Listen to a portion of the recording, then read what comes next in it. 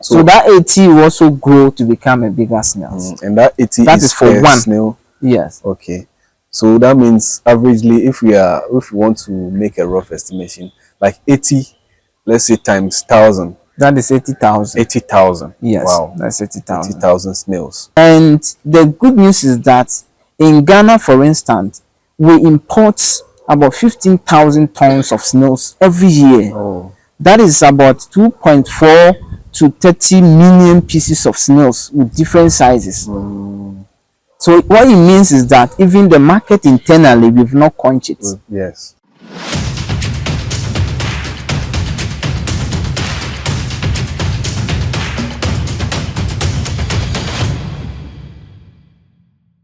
Today we are here again with Mr. Aforve. Most of you will remember Mr. Aforve from my video regarding greenhouse farming.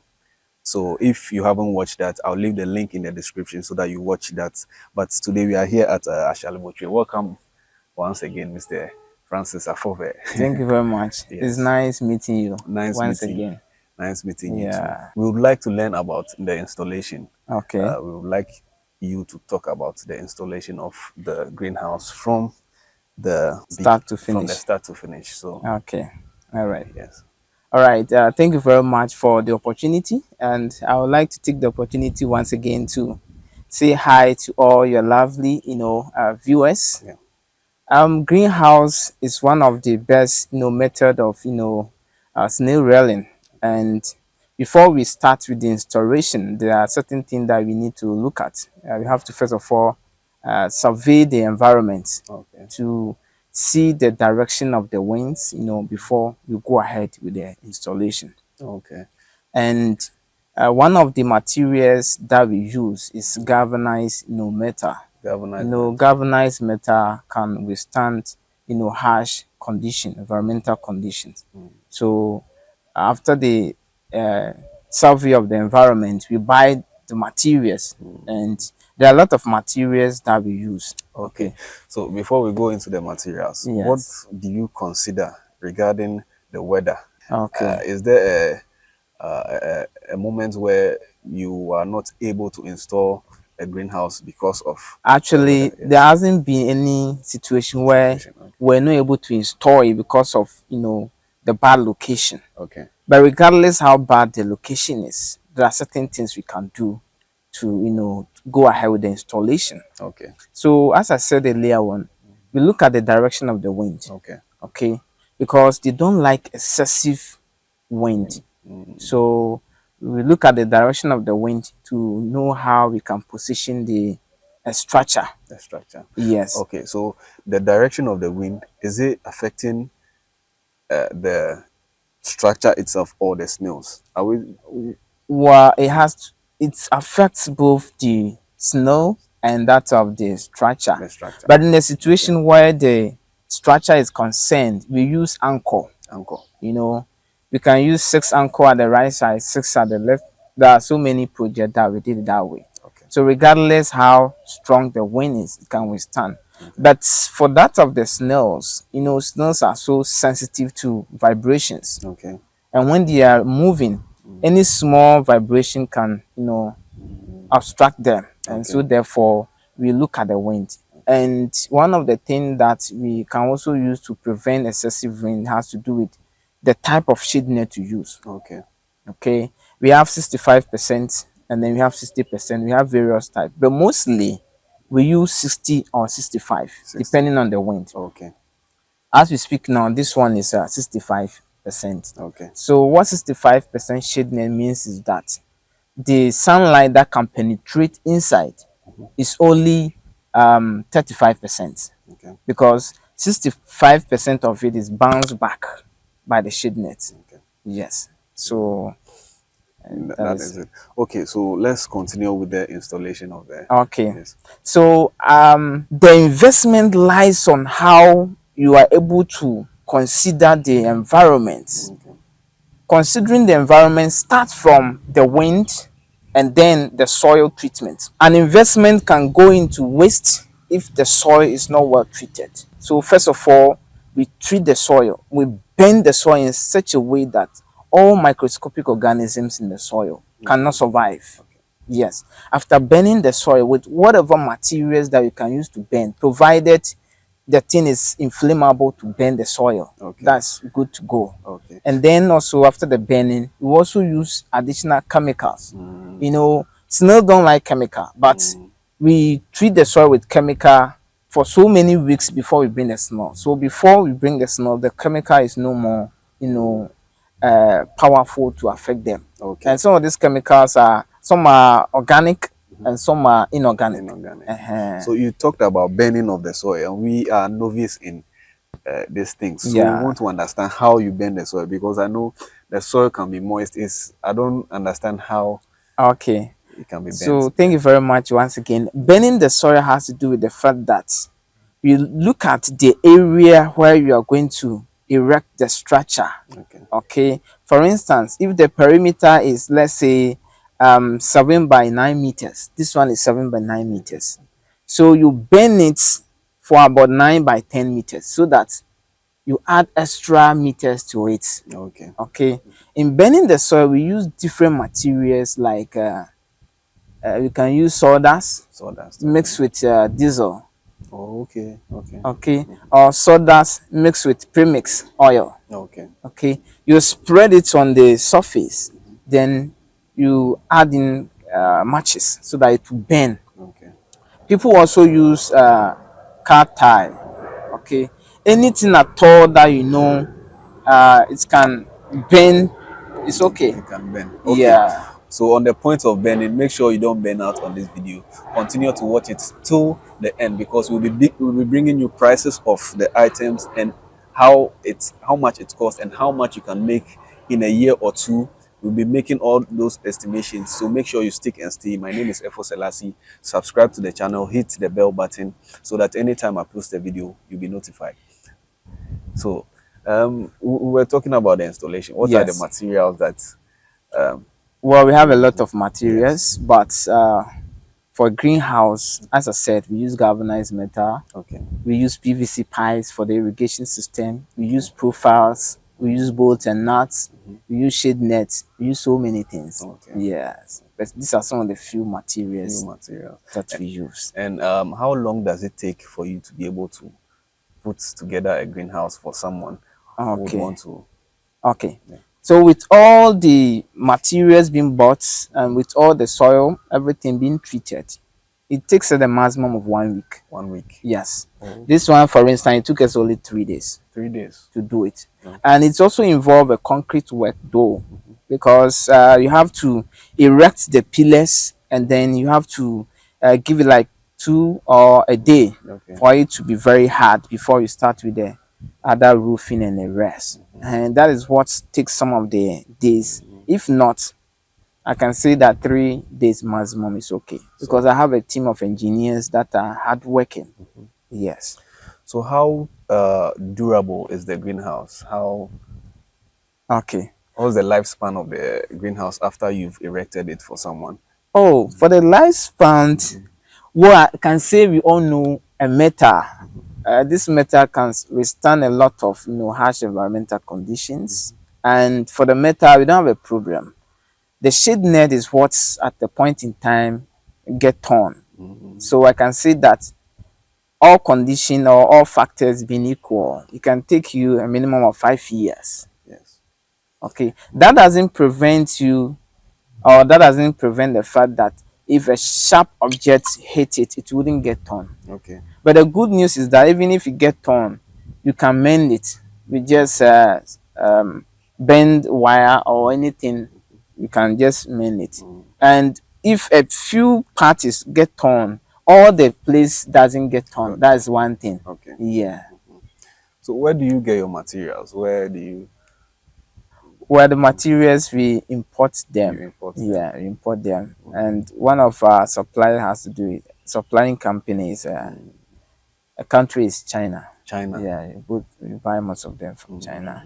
But internally too, there are some companies that sell some, which sometimes if we need some small quantity, we do go there and buy. Let's talk about the different types of greenhouses. I've seen different, on my way coming here, I saw a white one with like round Yeah. roofing, and then I've seen this one too. Let's talk about the different types and which Okay. one is more conducive for our Okay. environment. Yeah. Yes. Okay. So we have different types of the nets, Okay. and it all depends on what we are going to use it for. Okay. If you can see, there are some that the roof is a bit of white or ash. Yes. Okay. They are for vegetable growing. Okay. Okay. For those ones, water cannot penetrate into the greenhouse. Although sunlight can penetrate, but it bounces back water. Okay. But this one is a shade net, which is 65% shade net, Okay. and it's mostly used for greenhouse farming. Okay. Greenhouse farming because water is allowed to penetrate inside because the snails they like water. Okay. Unlike vegetable. So if you use this one for a vegetable production, that means that you're using wrong tool for a wrong work. Okay. For that matter, you wouldn't get the maximum returns that you need. Okay. Then also we have the color. We have different colors. The shade net also we have different colors. We have a green, we have black, and different types of colors. But we prefer the black because it's like many people are used to this color. If you come and use the green, if you are far, somebody may think that it's mosquito nets that we use to do it, and we don't want it that way. So for the types we have different, and the color too we have different. It depends on what you are going to do and your color preference also. But apart from the snails, Yes. can this one be used to grow other or rare Other things. other things or? Well, in terms of animal farming, right? Yes. Well, you can use this for different things. It's serve as a shade. A shade, okay. So let's say if you want to go into rabbit farming, Okay. you decide how you want it to be like, okay? Okay. But what should be the objective is that it is only 35% sunlight that can come in. Okay. So you ask yourself what you are going to use it for. Does it prevent sunlight, or is it good if sunlight doesn't come in? Okay. Now the world is now becoming more innovative. So if somebody is going to use this structure to rear rabbit, I wouldn't say that it's wrong, because it's innovation. And if you don't try something, you wouldn't get the best out of it. Okay.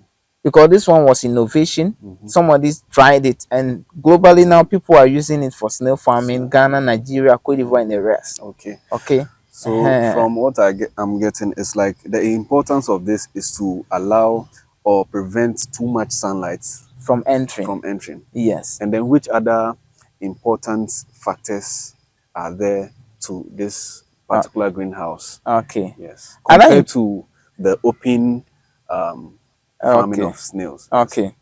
One of the most advantage has to do with the fact that the temperature in the house or the condition in the house is regulated.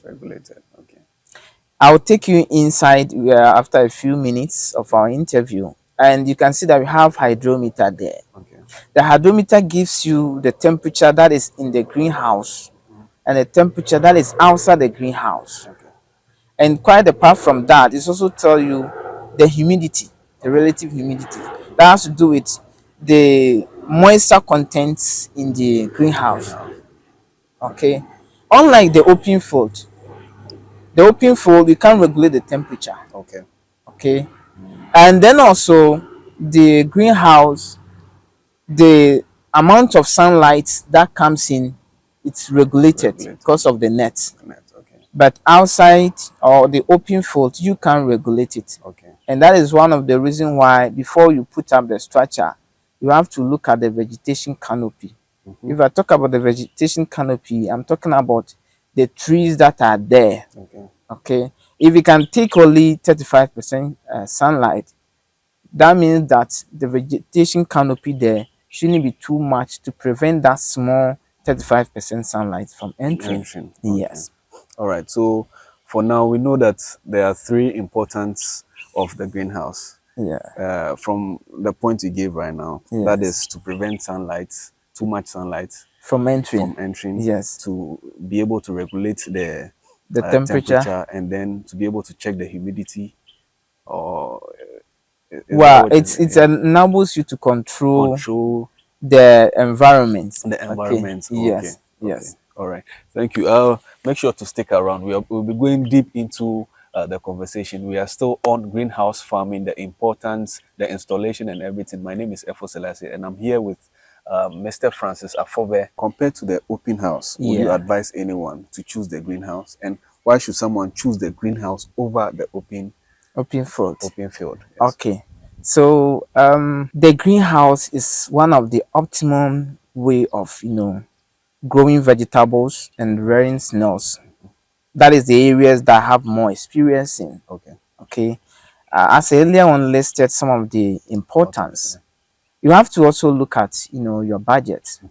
Although it's not that expensive, but it comes with so many things that you need to get to have a sustainable yield or sustainable farm practice that you want. One of the advantage that I didn't add has to do with the fact that the greenhouse is there for you always. Okay, we are not into vegetable production. I would have said a whole lot of things. In the vegetable production, we have something called a medium. Okay. So the medium will be there which you'll be using. But since we are not talking about vegetable production, I would not like to go there. Yes, we can talk about that in a In different brief, no in a in a different different interview. All right, So all right. make sure you subscribe. We'll be Okay. speaking to Mr. Fove in another interview concerning vegetable farming and everything. We'll make sure to pull out every information we can from him. So Okay. subscribe to the channel and then let's continue. Yes. Okay, so let's coil this towards the areas of snow farming. Snail farming. Okay. So for greenhouse, if you are rearing snails in a greenhouse, Yeah. you are rest assured that the environment that we create is a natural ecosystem. Okay. Although we create it, but to the snails, they see it to be a natural ecosystem or a natural environment. That is why I think from here we go and then I'll talk more about that. Okay. The snail themselves, they'll feel at home. Okay. The open fold, you are not in control of the snails. They move to wherever they want to go. And so therefore, if you have 1,000 snails in an open fold, let's take this compound for instance. You have 1,000 snails. At a point in time, you realize that you may get few. Okay. You'll be surprised that you get only 20 left. Wow. Because they may climb outside and then go. True. Because they are free to move. That is free range. Yes, but the greenhouse, it is confined area with the temperature regulated, with the vegetation. We do irrigation, and then some of the irrigations you can even operate it using your phone. The phone. But this one, it is semi-automated, so you don't use your phone. There's other project that the person wants it to be automated because you do travel a lot. So even if he's outside the country, he can see whatever is going inside the greenhouse. He can irrigate by just pressing the button on his phone and everything. Okay, we made a video on, I said that earlier in the introduction, we made a video on the automation. Check on top of this video or the description or the first comments, I'll put the link there so that you can watch that particular video and see what Mr. Aforve is talking about. So in what you said, yes, I understand that the risk in the open field is higher. It's higher. It's higher. Yes, and in the greenhouse you get maximum production. You get maximum production. Okay, so we'll be talking about cost. So this is the galvanized metal. Yeah, this is the galvanized metal. Okay. So you can see how the metal is. Yeah. Okay. Very strong. Yes. So let's talk about the irrigation system. As you can see, we have a poly tank that is erected. The reason why we erect it at this high, altitude or height has to do with the fact that it's a noble high gravitational pull. It means that the rate at which the water can come, the pressure will be more. And one thing that I would like to also add is that the water contains chlorine. Okay, and snails don't like chlorine. So as it moves through the pipes, the chlorine content is taken off. Few quantity is taken off. And then also you can see that the poly tank is not covered. The sunlight reacts with that of the water and take also additional quantity of the chlorine. And then when it also comes out, whilst it's being sprinkled, the environment also reacts with it, and then the least chlorine inside is also taken. So before it gets to the floor or the ground, it is zero chlorine. Okay. So we can also talk about the planting or the greening. Okay. So as you can see, we've planted sweet potato. So sweet potato is a cover crop that the snail also feed on the leaves. So primarily, one of the best leaf is the sweet potato because they prefer it, and they also hide and I serve as a shade for them. Yes. So apart from the sweet potato, are there any other crops that can be planted in the greenhouse to serve as food and shade for? Very good. That's a brilliant question. You can see that we've also planted cassava. Okay. Okay. So the cassava is also good because they eat the the leaves and then that of the tuber. I don't know whether it's the right word to use tuber. Yes. Yeah. And then also you can see that we've planted banana. Banana. Okay. The idea is that we are creating a natural environment for them. Okay. So that they can decipher between an artificial environment or a natural environment, because they are only used to a natural environment. So if you bring them to artificial environment, before they can acclimatize to the system there, some may die. Okay, because the system will be selected against them. Okay. So aside the planted crops here, what else do they feed on? They also feed on, we are actually coming to plant more. We are coming to plant lettuce. Okay. Yes, but lettuce in a minimal quantity.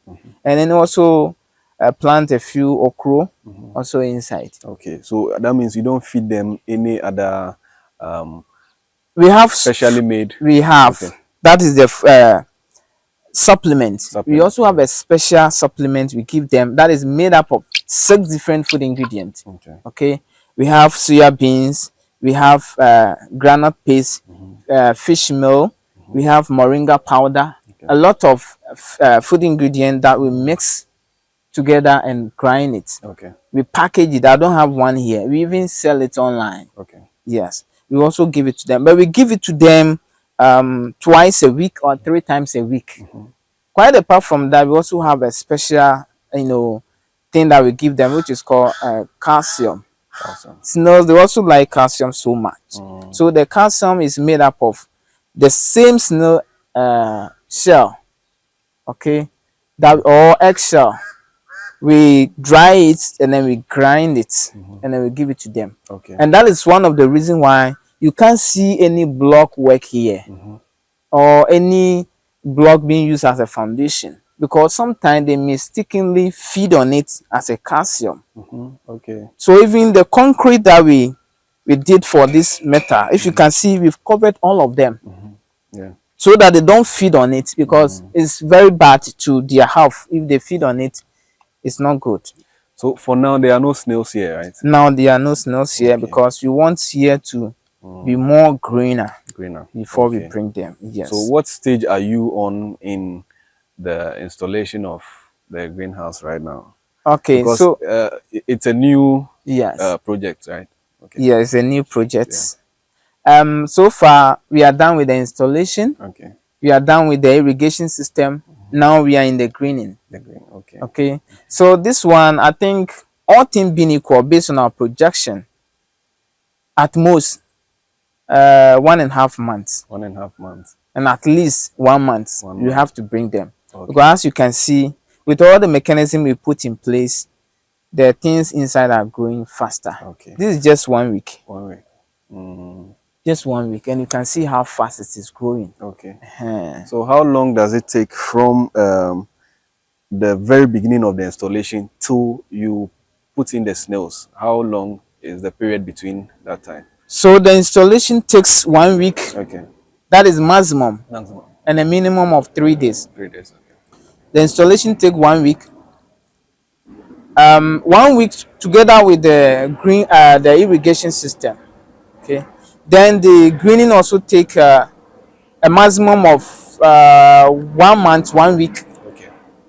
and then a minimum of 1 month. 1 month. Yes. So in all, we are looking at a time period of about 1 month and 2 weeks Or maximum, 2 months or two maximum. months maximum.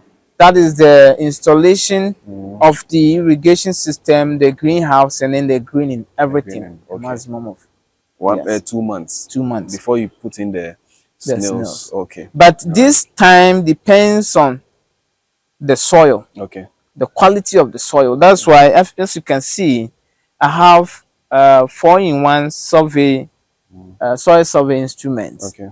We used to check the pH, the sunlight, even inside the soil, the sunlight. Can you Okay. imagine? Yes. And then we check the moisture content also, and then the temperature in the soil. Okay. So this soil is very, very rich. And let me demonstrate even the pH for you to see.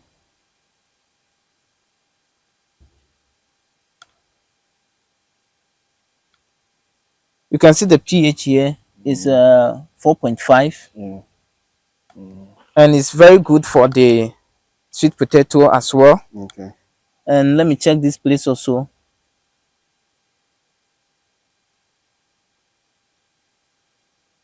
And that is 5.5. 5.5. Okay. So 5.8. 5.8. Okay. So the pH here has to do with, you see, some places are more richer and some places are, less richer. Okay. So the pH here all can be the same.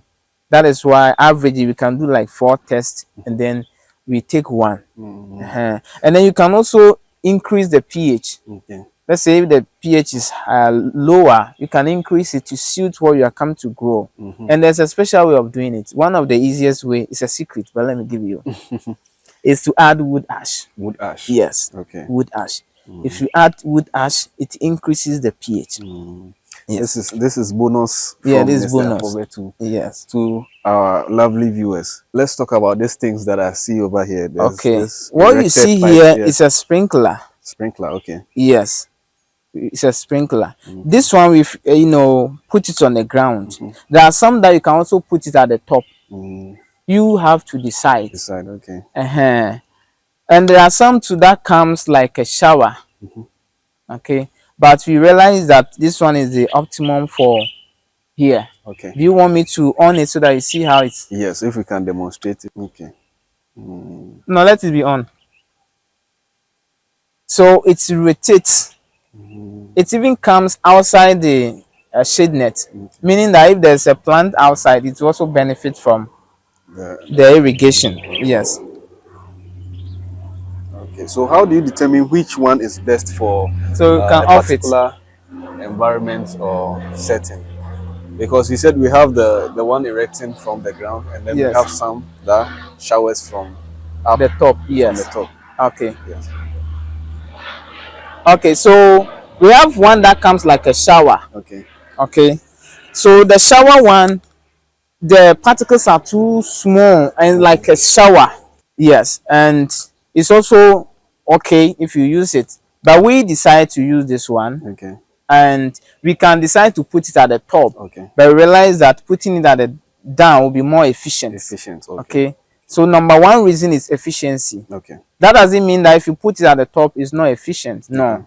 But we want to use this one because looking at the environment is very efficient for us. And the owner also wants some of the water to come outside. Okay.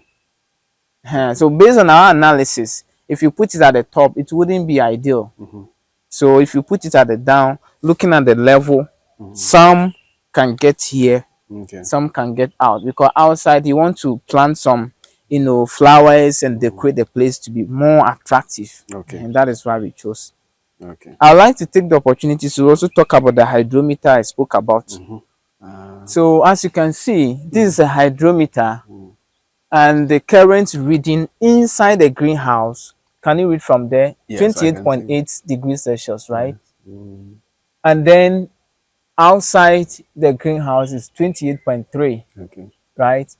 Good. So it means that it's a bit lower than here. Okay. Yes. The reason being that No, here we are using a shade net, and then now the temperature here is okay for the crops. Okay. So if we come in is above some threshold or some level, we can decide to reduce it by irrigating the system. Once we irrigate it, what happens is that one, the temperature becomes low, but relative humidity becomes high. Okay. So relative humidity and temperature is different. Okay. That means the higher the temperature, that means that the lower the relative humidity. And then the lower the relative humidity, opposite to that of the temperature. So as you can see, this is also a drainage that in case it rains and then the water inside is too much, we have a percentage that will penetrate outside. And the reason why there's a net here is to prevent the baby snails from escaping or the point of lay. When I say point of lay, we are talking about the producers. Yes. And we are going to do more. This is just number one. How much I'm an investor, I want to invest in something like this. I want something in the exact size and everything. How much do I need to make ready for to get something like this? So when it comes to money aspect, any investor need not to worry at all, because in EFCCSD we are not profit driven.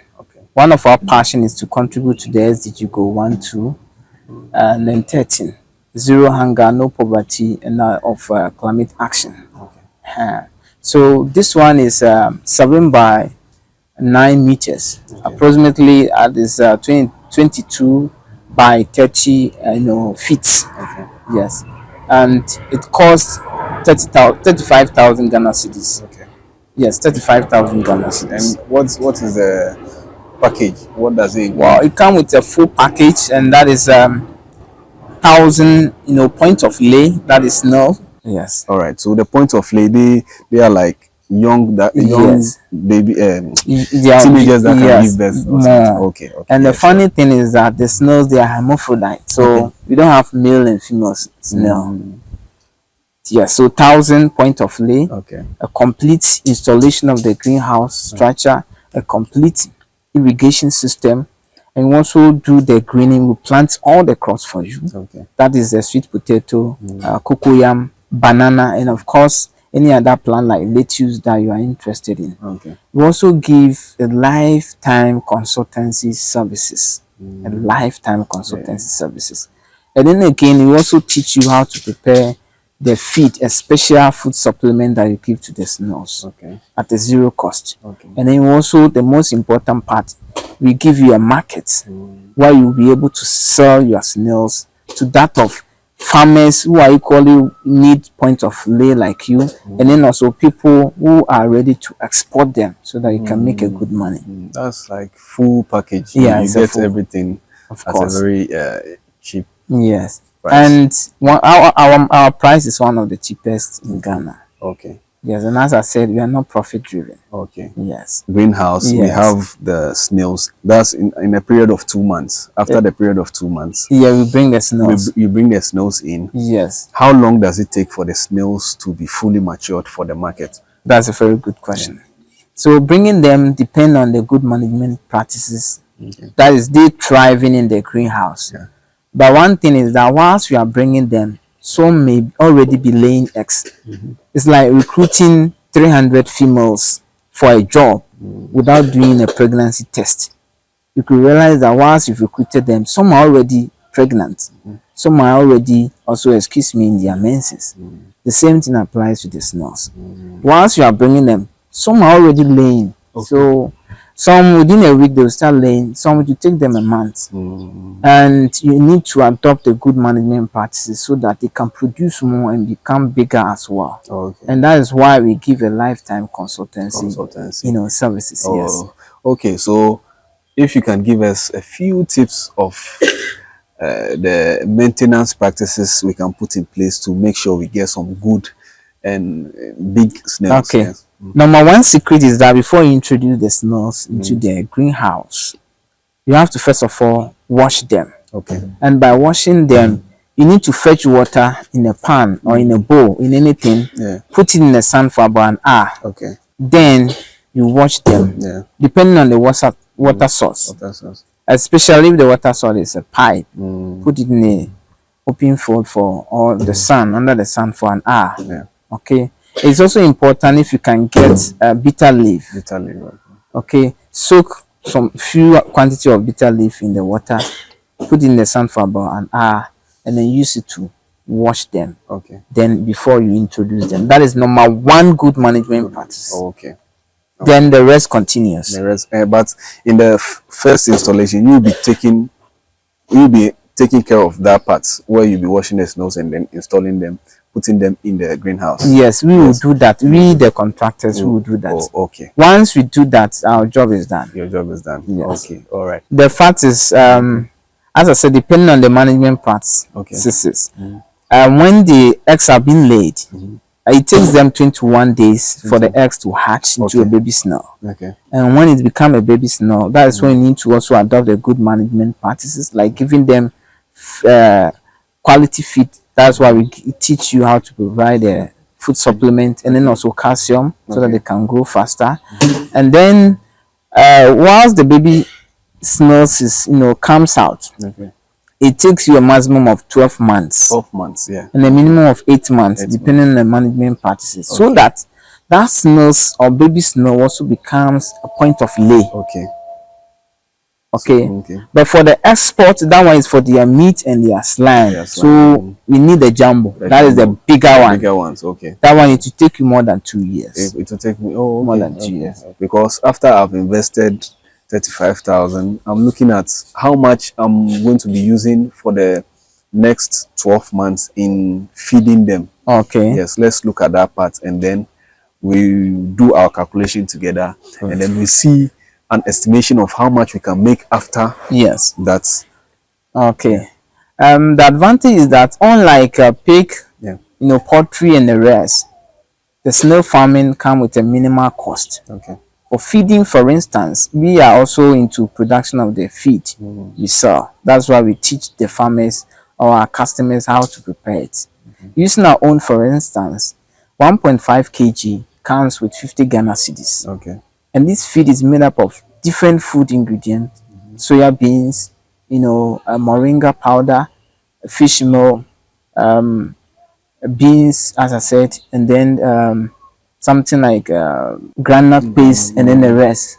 Okay, we have 6 different ingredients. So what we do is that if you have one bag and you buy 50 Ghana cedis, you are going to feed them twice a week. So you can feed them with this feed for a month. So this is for 1,000 snails. Wow. So 1,000 snails, you are going to spend 50 Ghana cedis for a whole month. For a whole month. Yes. There's something else, which is the calcium. Calcium, okay. Yeah, the calcium, you can prepare it yourself. I mean, we teach you. You just use eggshell. For instance, those people who have been selling eggs, you can go for their, crack ones. You dry it, you clean it. After cleaning, you dry it. Then you blend it. You can use blender to grind it, and then you give it to them. Okay. Or you can also use the same snail, their eggs. Yes, use the same method. That's how you get the calcium. All right. For the snails. Well, so now let's talk about how much a snail is sold for in terms of the meats, or selling them for the point of lay. Are there different prices? And then also, how many snails is one can produce? One can produce after. Okay. Yes. Okay, so let's talk about the production aspects. Based on my personal experience, people come with different figures. Okay. But based on my personal experience, what I have counted from the farm that I've bought for people and my own is 3 different. We have 187. Okay. I have 280, and then 300. Okay, as like human being, we all don't give birth to one. Yeah. So let's take the minimum one. That is 187. Okay. Let's do the projection.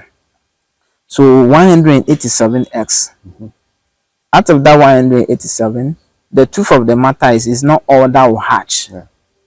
Depend also on the environmental conditions. So averagely, let's say 100 will hatch Okay. into baby snails. Baby snail. And out of that 100 that will hatch into baby snails, I think about 20 also may not survive. Okay. So let's say 80 Okay. will survive. 80 will survive. Yes, that is if all conditions are met. Mm-hmm. So that 80 will also grow to become a bigger snail. And that 80 That is is for per one. snail. Yes. Okay. So that means averagely, if we want to make a rough estimation, like 80, let's say times 1,000. That is 80,000. 80,000. Yes. Wow. That's 80,000. 80,000 snails. The prices depend on the season. Okay. As we speak now, we are in the rainy season in Ghana here. Yeah. Okay. So the average price in the market now for the point of lay is 6 cedis 50 pesos. 6 cedi 50 pesos. Wow. People also sell it 7 cedis. But when you get to, somewhere December, the average price is 10 cedis. 10 cedis. So okay. Okay. That is for the point of lay. Point of lay. But the jumbo, the one that you sell for their meat, you export, that one the price is serious. Yes. Wow. The reason being that one, the jumbo is very good for the meats because they are very rich in protein, calcium, iron, and the rest. So most of the restaurants buy it. And the good news is that in Ghana, for instance, we import about 15,000 tons of snails every year. Oh. That is about 2.4 to 30 million pieces of snails with different sizes. So what it means is that even the market internally, we've not crunched it. Yes. So let's take there's a hotel in Ghana here in Accra that sells one meat of snail for 150 Ghana cedis. Wow. With a soup that we call a buno. Okay, 150 Ghana cedis. But you, the farmer, you will not sell it at that price. Yes. Okay. So the jumbo, if you go to our local market, people buy 2 for 100 cedis. People buy 1 for 30 cedis. Wow. So if you strike average, we can say that the jumbo, one will call like 40 cedis. One advantage is that the snail also, you can also extract what we call slime. That is the liquid that comes out from that whitish liquid, and it's used for by the pharmaceutical industries for cosmetic purposes. And that one alone is also it costs high, and then as a farmer you can make a good money from that. And the good news is that you can do that extraction of the slime without killing the snails. So most of the snails that people buy from Cote d'Ivoire and the rest in other countries, they are those that they've extracted the slime and they are not dead, because some of them they don't eat it, they end up sending it to the country, and that is what most people also import in. You can also sell it for exports. In UK, for instance, you can Google it yourself. The price for one jumbo snail is about 50 pounds. Assuming you sell one for, let's say, 30 pounds, you are in Ghana and you are exporting it for only 30 pounds. You can do that calculation for yourself. So the snail farming is a trending business because of the good money, less affordability, easy to take care of, and a whole lot of benefit. That's why people are jumping into it. And I think that as somebody who is into construction of the greenhouse, as somebody who is into climate change advocacy, I think that it's a good venture to enter as an investor.